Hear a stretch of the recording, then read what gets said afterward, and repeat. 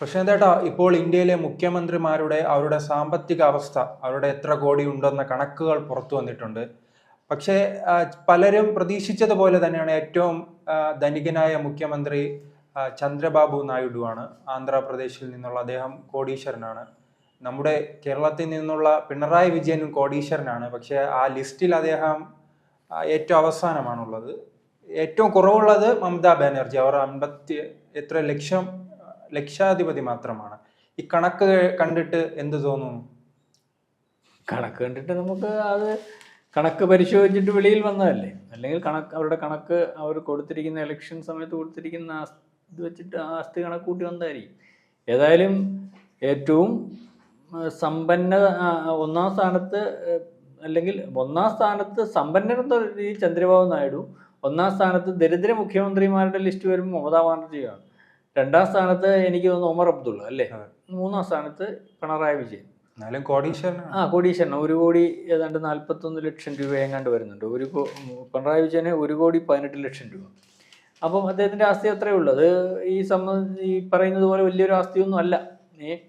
അപ്പം അദ്ദേഹം ബാക്കി കേരളത്തിലുടനീളം 10 കൊല്ലം ഭരിക്കുമ്പോഴും പലവട്ടം പുള്ളിയുടെ പേരിൽ ആക്ഷേപം വരുമ്പം അദ്ദേഹം പറഞ്ഞിട്ടുള്ള കാര്യം, എൻ്റെ മടിയിൽ കനമില്ല, എൻ്റെ പേരിൽ നിങ്ങൾ ആരോപിക്കുന്ന ആരോപണങ്ങൾ നിങ്ങൾ തെളിയിച്ചോളൂ, അല്ലെങ്കിൽ ഞാൻ അഴിമതിക്കാരനാണെങ്കിൽ അത് നിങ്ങൾക്ക് തെളിയിക്കാവുന്നതാണെന്ന് വളരെ ആർജവത്തോടു കൂടി പറയുന്ന കാര്യം ശരിയാണോ എന്ന് നമുക്ക് സംശയിക്കേണ്ട രീതിയാണ് ഇപ്പം അദ്ദേഹത്തിന്റെ പേരിൽ വന്നിട്ടുള്ളത് ലാവ്ലിൻ കേസ് മാത്രമാണ്. ബാക്കി പിന്നീട് വന്നിട്ടുള്ള എല്ലാ കേസും മകളുടെ പേരിലാണല്ലോ. മകളുടെ പേരിലാണ് ഇത്തരം സാമ്പത്തിക ആരോപണങ്ങൾ ഉയർന്നു വന്നിട്ടുള്ളത്. മകളുടെ പേരിൽ സാമ്പത്തിക ആരോപണം ഉയർന്നു വരുമ്പോഴും അത് അന്വേഷിച്ചിട്ട്, നമ്മൾ ശരിയോ തെറ്റോ ഈ ആരോപണങ്ങൾ മാധ്യമങ്ങൾ അന്വേഷിച്ചിട്ട് ഇതിനകത്തൊരു വ്യക്തത വരുത്താത്ത എന്താ ശ്രീത്തെ? അതുകൊണ്ടല്ലേ ഇപ്പം എത്ര കാലം കൊണ്ട് ലാവ്ലിൻ കേസ് അന്വേഷിക്കുന്നു.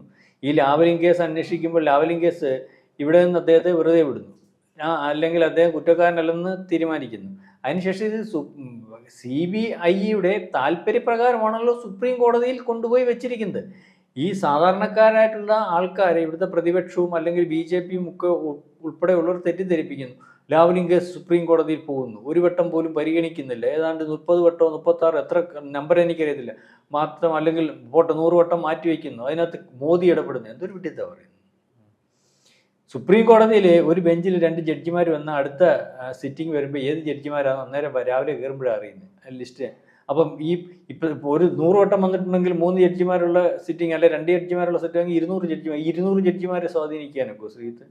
ഇതിനകത്ത് യഥാർത്ഥത്തിൽ സംഭവിച്ച കാര്യം എന്താണെന്ന്, ശരിയോ തെറ്റോ ലാവ്ലിൻ കേസിനകത്ത് പൈസ ആരെങ്കിലും കടത്തിയിട്ടുണ്ടോ എന്നുള്ളതിനെ പറ്റിയൊന്നും എനിക്കറിയത്തില്ല. ഏതായാലും CBIയുടെ കയ്യിൽ അപ്പീൽ കൊടുത്തതിന് ശേഷം ഇയാൾ കുറ്റക്കാരനാണ് എന്ന് തെളിയിക്കത്തക്ക രീതിയിലുള്ള ഒരു തെളിവില്ല. അതുകൊണ്ട് ഓരോ അവധി വരുമ്പോഴും ശരിക്കും കൃത്യമായിട്ട് ഉള്ള കാര്യമൊക്കെ പറയാം. ഓരോ അവധി വരുമ്പോഴും ഇത് മാറ്റിവെക്കാൻ തീരുമാനിക്കുന്നു, അല്ലെങ്കിൽ അതിനു വേണ്ടിയുള്ള കാര്യങ്ങൾ ഏർപ്പെടുത്തുന്നു ഈ CBI. കാരണം അത് സുപ്രീം കോടതി എന്നൊക്കെ പറഞ്ഞാൽ വളരെ തിരക്കുള്ള കോടതിയാണ്. നമുക്കറിയാമല്ലോ, കോടതിയിൽ കേസിൻ്റെ ഇതുകൊണ്ട് ചില അപ്പീലുകളൊക്കെ പോയാൽ തന്നെ 4, 5, 6 അപ്പീൽ പോകുന്നവൻ മരിക്കാറാകുമ്പോഴാണ് ആ അപ്പീൽ പരിഗണിക്കുക. അത്ര കേസ് കെട്ടിക്കിടക്കുക, അല്ലെങ്കിൽ അത്ര തന്ത്രപ്രധാനമായിട്ടുള്ള കേസുകൾ മുൻഗണനാക്രമത്തിൽ നമ്മുടെ ഗവൺമെൻറ് ഒക്കെ എടുക്കുന്നേ ഉള്ളൂ.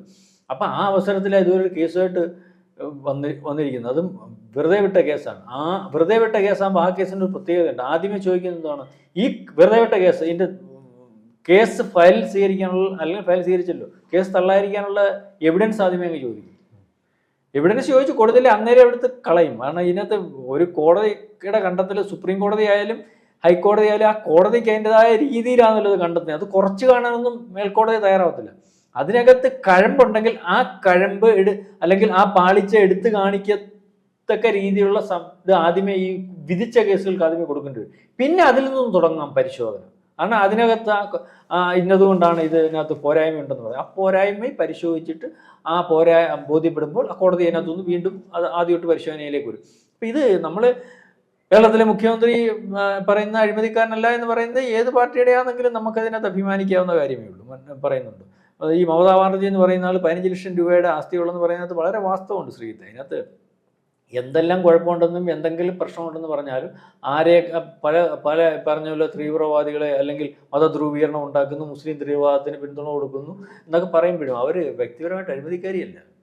അതുകൊണ്ട് തന്നെയാണ് ഈ മമതാ ബാനർജിയായിട്ടുള്ള ഈ സൗഹൃദത്തിനകത്ത്, അല്ലെങ്കിൽ എന്തൊക്കെ വിഷയം വരുമ്പോഴും ഒരു പരിധി കഴിഞ്ഞ് ഈ നമ്മുടെ പ്രധാനമന്ത്രി അവരെ ഉപദ്രവിക്കാറില്ല. ഇവിടെ ഓരോരുത്തർ പറയും സൗഹൃദമാണെന്നും മറ്റേ അപ്പോഴ പാർട്ടി ശാരദാ ചിട്ടി തട്ടിപ്പ് കേസുമായി അതും ഉണ്ടാവും. ഈ ഇത്രയും വലിയൊരു സംസ്ഥാനത്തിൽ ഇത്രയും വലിയൊരു BJP പോലെയും അല്ലെങ്കിൽ മറ്റ് രാഷ്ട്രീയ പാർട്ടികളെയൊക്കെ മറികടന്ന് CPM മോശമാണ് അവിടുത്തെ, അവരെയൊക്കെ മറികടന്ന് നിൽക്കണമെങ്കിൽ പലരില്ലേ രാഷ്ട്രീയ പാർട്ടിക്കകത്ത്. ഇതിനകത്ത് പല കാര്യങ്ങളും ഈ പറയുന്നത് പോലെ ഈ പ്രശ്നങ്ങളുണ്ടാവും. അപ്പോൾ ഒരു പരിധി വരെ കൂടുതൽ നിയന്ത്രിച്ച് അല്ലെങ്കിൽ സൈലന്റ് ആയിട്ടൊക്കെ നിയന്ത്രിച്ചേ കൊണ്ടുപോകാനൊക്കെ. പെട്ടെന്ന് നിയന്ത്രിക്കുന്നത് എന്നാൽ മമതാ ബാനർജിക്ക് അവിടെ അവർക്ക് ഭൂരിപക്ഷം വരത്തക്ക രീതിയിൽ 250 അല്ലെങ്കിൽ 400 എത്ര സീറ്റ് ഉണ്ടെന്ന് കൃത്യം അറിയാം. 250 അങ്ങാണ്ട് സീറ്റ് അല്ലേ? ആ സീറ്റിലെല്ലാം സ്ഥാനാർത്ഥിത്വം അതിനകത്ത് ബഹുഭൂരിപക്ഷം വരുന്ന ആൾക്കാരെയും പ്രീപിക്കണമെങ്കിൽ അവർക്ക് മാത്രമായിട്ടില്ല, അവർ സംവിധാനം ഉണ്ടാക്കണം. ആ സംവിധാനത്തിനകത്ത് പ്രശ്നങ്ങളുണ്ടാവും. അത് ഈ പറഞ്ഞ പോലെ അഴിമതിയൊക്കെ ഉണ്ടാവും. അത് കുറവ് ചെയ്തുകൊണ്ട് വരികയോ അതിനെ നിയന്ത്രിക്കുകയൊക്കെ ചെയ്യാനേ പറ്റത്തുള്ളൂ. വ്യക്തിപരമായിട്ട് ഈ പറയുന്ന പോലെ മമതാ ബാനർജി അഴിമതിക്കാരിയല്ല. ഒരുപക്ഷെ ഈ പറയുമ്പം ഈ പിണറായി വിജയന്റെ മകളുടെ കാര്യം പറയുന്ന പോലെ ഇവരുടെ ഒരു അനന്തരവനൊക്കെ ഉണ്ട്. അയാൾ അഴിമതിക്കാരനാണ്, കോടികൾ ഇതിനകത്തൊക്കെ വാസ്തവമൊക്കെ ഉണ്ട്. ഇവരുടെ പേര് പറഞ്ഞുകൊണ്ട് അഴിമതി നടത്താനും പറ്റും. അതിനകത്ത് അവർ പറയുക പോലും വേണ്ട. അത് ശ്രീജിത്തിൻ്റെ അറിയാം. ശ്രീജിത്ത് ഇപ്പം മുഖ്യമന്ത്രിയുടെ മകനാണെന്ന് വെച്ചു. ശ്രീജിത്തിന്റെ മുഖ്യമന്ത്രിയുടെ മകനാണെന്ന് അറിയാമല്ലോ. വലിയ വലിയ മുതലാളിമാരടുത്തും പലയിടത്തും അടുത്ത് ചെല്ലുമ്പോൾ ശ്രീജിത്തിനെ കൊണ്ടൊരു കാര്യം സാധിക്കാമെന്ന് വിചാരിച്ചു പോലും ശ്രീജിത്ത് പറയുന്ന കാര്യങ്ങളെല്ലാം നടക്കും. ഒരു കാര്യം സാധിച്ചു കൊടുത്തില്ലെങ്കിൽ പോലും നിങ്ങളെ അവരുടെ ഭാഗമാക്കി നിർത്താൻ നോക്കും. അല്ലെങ്കിൽ നിങ്ങൾക്ക് എന്തെങ്കിലുമൊക്കെ ഉണ്ടെങ്കിൽ അല്ലെങ്കിൽ നിങ്ങളെ വെച്ചിട്ട് ഇപ്പം ശ്രീജിത്തിനെ പാർട്ണറാക്കും. ഞാൻ വലിയൊരു കോടീശ്വരനാണ്, എനിക്ക് ബിസിനസ് തുടങ്ങണം, അപ്പോൾ എനിക്ക് സ്വാധീനം കിട്ടാൻ വേണ്ടി അല്ലെങ്കിൽ ഇൻഡയറക്റ്റ് സ്വാധീനം കിട്ടാൻ വേണ്ടി നിങ്ങളെ പാർട്ണറാക്കുക. നിങ്ങളുടെ ഇൻവെസ്റ്റ്മെൻ്റ് ഒന്നും വേണ്ട. നിങ്ങൾ പാർട്ണർ ആയതുകൊണ്ട് തന്നെ എനിക്ക് പലയിടത്തും കടന്നു കയറുന്നതിന് ഈസിയാവും. മുഖ്യമന്ത്രിയുടെ മകനാണല്ലോ പാർട്ണർ. അപ്പോൾ പല ഉദ്യോഗസ്ഥ വൃന്ദത്തിൽ അല്ലെങ്കിൽ ഡിപ്പാർട്ട്മെൻറ്റുകളിൽ അല്ലെങ്കിൽ ചില ബാക്കിയുള്ളവർ ചെല്ലുന്നതിനെക്കാട്ടി വേഗത്തിൽ ചില കാര്യങ്ങൾ എല്ലായിടത്തും പരിഗണന. ഇങ്ങനെയൊക്കെയാണ് ഈ പറയുന്ന. അവരൊക്കെ തന്നെ ഇങ്ങനെയല്ല പറയുമ്പോഴും നാം CPMന്റെ മുൻ മുഖ്യമന്ത്രിമാരുമായി താരതമ്യം ചെയ്യുമ്പോൾ ഇപ്പോൾ മണി സർക്കാർ, മുൻപ് ത്രിപുരയിലുണ്ടായിരുന്ന VS അച്യുതാനന്ദൻ, ബുദ്ധദേവ് ഭട്ടാചാര്യ, അങ്ങനെയുള്ളവരുമായി നാം ഈ പിണറായി വിജയനെ താരതമ്യം ചെയ്യുമ്പോൾ ഇദ്ദേഹം കുറച്ച് ആഡംബര ജീവിതം നയിക്കുകയാണല്ലോ. അതെന്തായാലും കമ്മ്യൂണിസ്റ്റ് രീതിയിൽ അത് ശരിയല്ല എന്നതാണ് അവർ തുടർച്ചയായി തന്നെ പറഞ്ഞു വന്നത്. അങ്ങനെ നോക്കുമ്പോൾ ഈ കോടിക്ക് തന്നെ വിലയില്ലേ? ഇപ്പം അല്ല, VS ഇതിനെക്കാട്ടി ആസ്തി കാണും. VSന്റെ വ്യക്തിപരമായിട്ടുള്ള ആസ്തി ഒരുപക്ഷെ ഇതിനെക്കാട്ടി കൂടുതൽ കാണും. പിന്നെ ആഡംബര ജീവിതം എന്ന് പറഞ്ഞാൽ ഒരു സെക്യൂരിറ്റി കൊടുക്കുന്ന ആഡംബര ജീവിതമെന്ന് ഇവിടുത്തെ പറയാനൊക്കത്തുള്ളൂ. ഇതേപോലെ തന്നെ പറയുന്നുണ്ട് പ്രധാനമന്ത്രിയുടെ കാര്യം. നമ്മൾ രാഷ്ട്രീയമല്ല പറയുന്നത്, യാഥാർത്ഥ്യം. പ്രധാനമന്ത്രിക്ക് ഒരു ദിവസം ഏതാണ്ട് 1.5 കോടി 2 കോടി രൂപയ്ക്കകത്ത് സെക്യൂരിറ്റി ചെലവ് മാത്രമുണ്ട്. എന്താ കൊടുക്കാതിരിക്കാൻ പറ്റുമോ? മാത്രമല്ല ഇന്ത്യൻ പ്രധാനമന്ത്രിക്ക് അത്രയും സെക്യൂരിറ്റി അല്ലെങ്കിൽ ചെലവ് വരുന്ന പറഞ്ഞാൽ ഇന്ത്യക്ക് അഭിമാനം തന്നെയാണ്. ലോകത്തിലെ ഏറ്റവും വലിയ സെക്യൂരിറ്റി കിട്ടുന്ന ഭരണാധികാരികൾ ഒരാളാണ് ഇന്ത്യൻ പ്രധാനമന്ത്രി. ഇന്ത്യൻ പ്രധാനമന്ത്രിയുടെ സെക്യൂരിറ്റിക്കകത്ത് ഒരു ശകലം പാളിച്ചു വന്ന ഇന്ത്യൻ പ്രധാനമന്ത്രി നാളെ ജീവിച്ചിരിക്കുമോ? ഇത് നമ്മുടെ ഇന്ത്യൻ പ്രധാനമന്ത്രിമാർക്ക് പലവട്ടം പറ്റിയിട്ടുള്ള കാര്യമാണല്ലോ. അപ്പോൾ ഇവിടെ ഈ രാഷ്ട്രീയ അരാജകത്വം ഉണ്ടാക്കുന്നതിനും അല്ലെങ്കിൽ രാജ്യത്തിനെ പിന്നോട്ട് നയിക്കുന്നതിനും സാധാരണക്കാരനെ, ഒന്നും അറിയാത്ത സാധാരണക്കാരനെ തെറ്റിദ്ധരിപ്പിക്കുന്നതിനും വേണ്ടി പ്രധാനമന്ത്രി പോകുന്ന ഫ്ലൈറ്റിന്റെ വില കണ്ടു 50,000 കോടി ഉണ്ടല്ലോ, 9,000 കോടിയുണ്ട്. അദ്ദേഹം ഉപയോഗിക്കുന്ന കാറിന് 3 കോടി ഉണ്ട്. അദ്ദേഹം ഉപയോഗിക്കുന്ന കാറിന് 3 കോടി 12 കോടി രൂപയുടെ കാർ വേണം. ബുള്ളറ്റ് പ്രൂഫ് കാർ ഉണ്ടായാലേ ഒക്കത്തുള്ളൂ. അതുപോലെ ശത്രു രാജ്യങ്ങളിലും തീവ്ര നിലപാടുള്ളവരും അദ്ദേഹത്തെ കൊല്ലാൻ നിൽക്കുകയാണ്, ചാവേറാവാൻ നിൽക്കുകയാണ്. അത് ഇന്ത്യയെ പോലുള്ള എന്നെ പോലുള്ള ഒരാളാണെങ്കിൽ എനിക്ക് അഭിമാനമാണ്. കാരണം എൻ്റെ പ്രധാനമന്ത്രി ഏറ്റവും വെൽ സെറ്റപ്പിലുള്ള ഏറ്റവും കൂടിയ ഫ്ലൈറ്റിൽ പോകണം. അമേരിക്കൻ പ്രസിഡന്റ് വരുന്ന ഫ്ലൈറ്റിന്റെ പുറകെ വരുന്ന ഫ്ലൈറ്റ് അവിടെ അതുപോലെ പോകണം. അതുപോലുള്ള സംവിധാനങ്ങൾ ഉണ്ടാകണം. ആഡംബരമായിട്ട് തന്നെ നടക്കണം.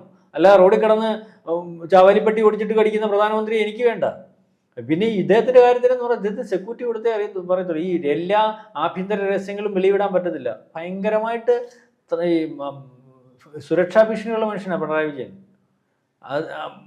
അത് കേന്ദ്രത്തിൽ നിന്ന് വളരെ കൃത്യമായിട്ട് വിളിച്ച് പറഞ്ഞിട്ടുള്ളത്. ഏറ്റവും ഇന്ത്യൻ സാമ്പത്തിക പ്രതിസന്ധി കേരളത്തിൽ നിലനിൽക്കുന്നു എന്ന് പറയുമ്പോഴും അദ്ദേഹം തന്റെ വസതി മോടി പിടിപ്പിക്കുവാനും മറ്റു കാർ വാങ്ങാനും എല്ലാം ഭയങ്കര. നിങ്ങളിത് ഇവിടുത്തെ മാധ്യമങ്ങൾ പറയുന്നത് 100 കോടി രൂപ ഒരു വസതി മോടി പിടിപ്പിക്കാൻ വേണ്ടി ആം ആദ്മി പാർട്ടിയുടെ നേതാവ് ഉപയോഗിക്കുമ്പോൾ അയാൾ സംശുദ്ധ രാഷ്ട്രീയക്കാരനാണെന്ന് പറയുന്ന മാധ്യമം തന്നെ പിണറായി വിജയൻ 45 ലക്ഷം രൂപ മുടക്കുമ്പോൾ പറയുന്നത്. അത് നിങ്ങളെന്താ മനസ്സിലാക്കാത്തെ? 100 കോടി രൂപയാണ് അയാൾ കഴിഞ്ഞ മുഖ്യമന്ത്രിയായിട്ടിരുന്നപ്പോൾ 100 കോടി രൂപയുടെ വീട് അയാളുടെ വസതി മോടി പിടിപ്പിക്കാൻ വേണ്ടി ഉപയോഗിച്ചത്.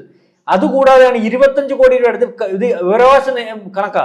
25 കോടി രൂപ ആണ് അദ്ദേഹം നമ്മളീ പറഞ്ഞ പ്ലംബിങ്ങിനും വയറിങ്ങിനും വെച്ച്. ഇത് ഇവിടുത്തെ അന്നേരവും അയാളെ 2000 കോടി രൂപയുടെ അഴിമതി നടത്തിയ സമയത്ത്, അല്ലെങ്കിൽ ഏറ്റവും വലിയ അഴിമതിക്കാരനാണെന്ന് പറയുന്ന സമയത്ത് നിങ്ങൾ മാധ്യമങ്ങൾ ശ്രദ്ധിച്ചായിരുന്നു കേരളത്തിലെ? അയ്യോ, ഏറ്റവും സംശുദ്ധമായിട്ടുള്ള രാഷ്ട്രീയക്കാരനെ പിടിച്ചു. ഇത് എന്തോ മാധ്യമ പ്രവർത്തനം ഇത്? പിണറായി വിജയനെ എന്നും കുഴപ്പമാണ്. പിണറായി വിജയൻ കുഴപ്പമില്ലെന്ന് വെള്ളവീശാനെന്നല്ലേ പറയുന്നത്.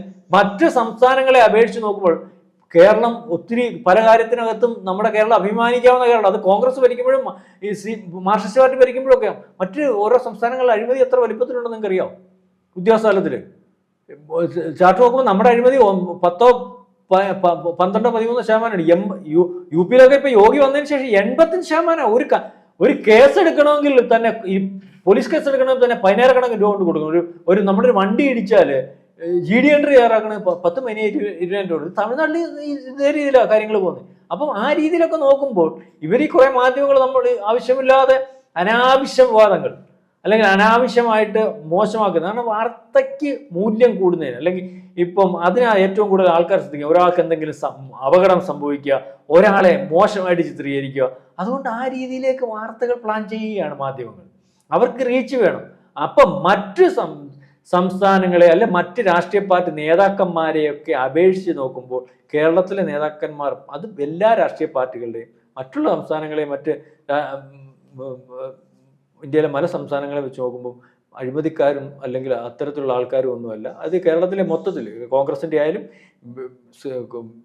CPM-ൻ്റെ ആയാലും BJP-യുടെ ആയാലും തുലനം ചെയ്യുമ്പോൾ മാത്രമല്ല, കേരളത്തിൽ ഏറ്റവും ആസ്തിയില്ല കുറഞ്ഞ അല്ലെങ്കിൽ അത്തരത്തിൽ വലിപ്പത്തിലൊന്നും ഇല്ലാത്ത മുഖ്യമന്ത്രിമാരെ പരിശോധിക്കും 3-ാം സ്ഥാനത്ത് നമ്മുടെ മുഖ്യമന്ത്രി ഉണ്ട്. അപ്പം മടിയിൽ കനമില്ല, തുണി ഉരിഞ്ഞു നോക്കിയിട്ടും ഒന്നും കിട്ടിയിട്ടില്ല എന്ന് തന്നെ പറയാൻ നോക്കും.